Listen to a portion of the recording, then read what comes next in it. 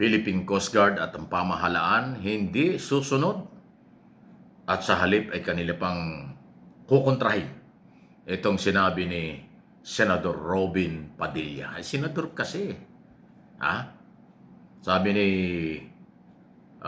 Commodore Tariela ng Philippine Coast Guard, spokesman sa West Philippine Sea, magpapatuloy at hihigpitan pa nila ang pagbabantay sa West Philippine Sea para proteksyonan ang ating karagatan at ang mga Pilipinong mangingisda. Hindi sila aatras dyan. Dahil yan ang utos ni Pangulong Marcos. Bantayan ang teritoryo nasa loob ng exclusive economic zone ng bansa at kailanman hindi tayo bibigay. Sa halip ay ipaglalaban na atin ito laban sa China o kung sino man ng mga bansa na manghihimasok at aangkin ng mga property ng Pilipinas. Malayo itong paninindigang ito at tama lang ito. Naniniwala akong yan ang dapat gawin ng PCG, Philippine Coast Guard, military at ang buong gobyerno.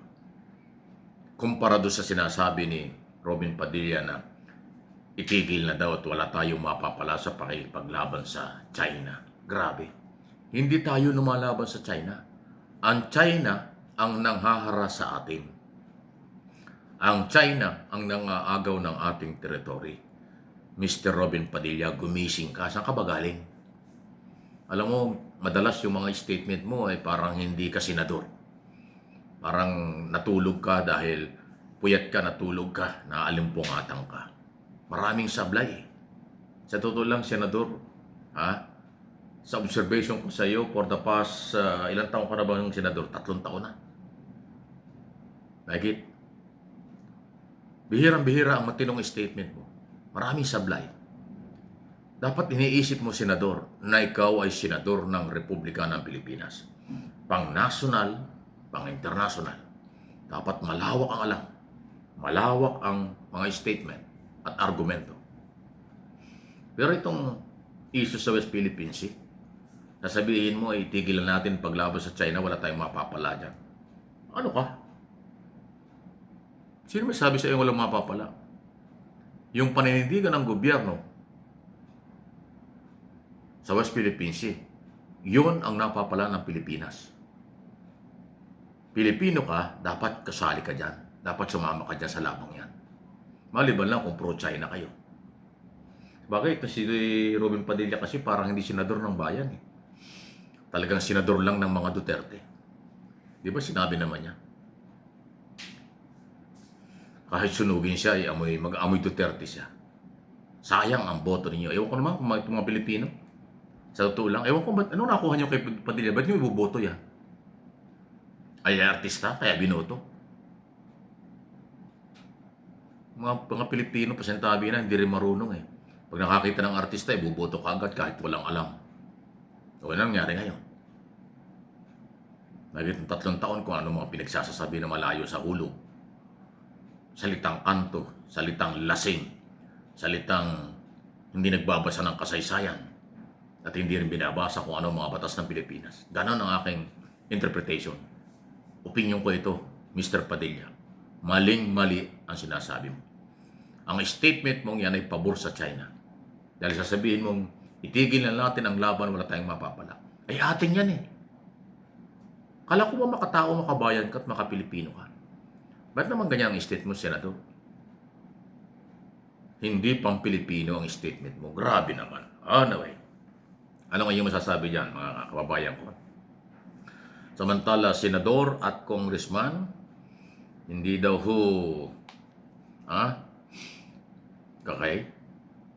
hindi naman lahat. Hindi daw pumirma sa national budget for 2026. Yung after ng BICAM, sa BICAM, pipirmahan mo yan. Tapos i-endorse ng mga senador at congressman. Hindi raw sila pumirma sa budget. O kung ayaw nyo pumirma, di ayaw nyo ng budget. O bakit kayo maaasa rito sa budget na ito? Dapat hindi kayo pinapasweldo. Dapat hindi kayo binibigyan ng mga project. Dapat binabawasan din o wala kayong allowance. Kasi ayaw nyo pumirma eh.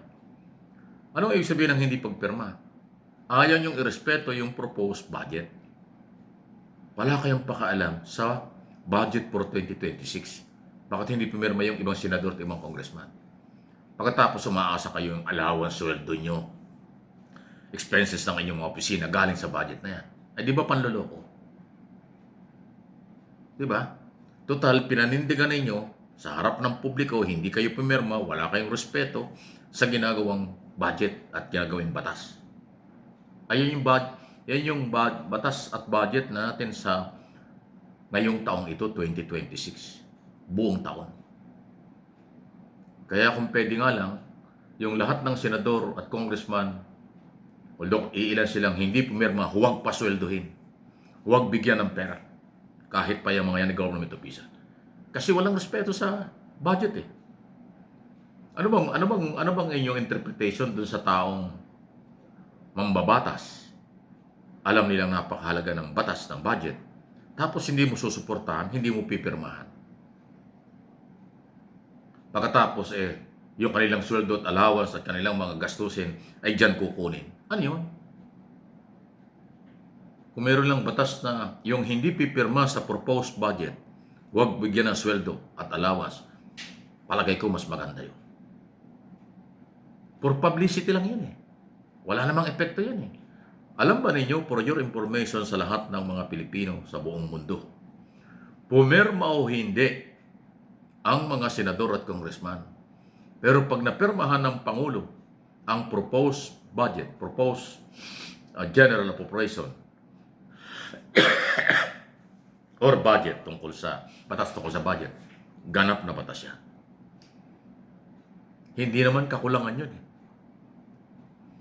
Kalaban nyo, hindi pipirmahan ng Pangulo yung batas dahil yung mga senador ay hindi pumirma at congressman hindi pumirma. Hindi. Kasi obligasyon ng Pangulong pirmahan ang proposed bill, lalo na sa budget. Kasi diyan kukunin at diyan ang pamaraan ng paggastos ng legal na aayon sa batas. Batas yan eh. Yung budget every year, batas po yun. Hindi yun laway lang. Di ba? Kaya para sa aking opinion, pure publicity, kunwari makatao, makabayan, may pagmamahal sa pera at sa bayan, kaya hindi pumirma. Pero kalokohan yun. Dapat ibito ng Pangulo yung mga senador at congressman na merong proposed budget o insertion doon sa budget na ito for 2026. Mr. President, ibito mo yun. Alam mo naman kung sino senador at congressman hindi pumirma sa budget, hindi. Ibito mo yung kanilang idea. Ibito mo yung kanilang suggestion din sa budget na yan. Na-identify naman dyan kung sinong proponent ng bawat pahina ng batas ng budget di ba? Kasi walang silbi. Isipin mo, mambabatas bilang protesta hindi pipirma. Ay kalokohan yan. Ginagawa nila ng araw pa yon kasi ng mga anong araw, hindi alam ng tao o ano yung totoo at ano ang ibig sabihin nun. Ako ngayon, nandito na ako, ipapaliwanag ko yan. Kaya ang aking challenge at ang aking panawagan, huwag bigyan ng pera ang mga politikong hindi pumipirma sa proposed budget. Huwag silang pasweldohin.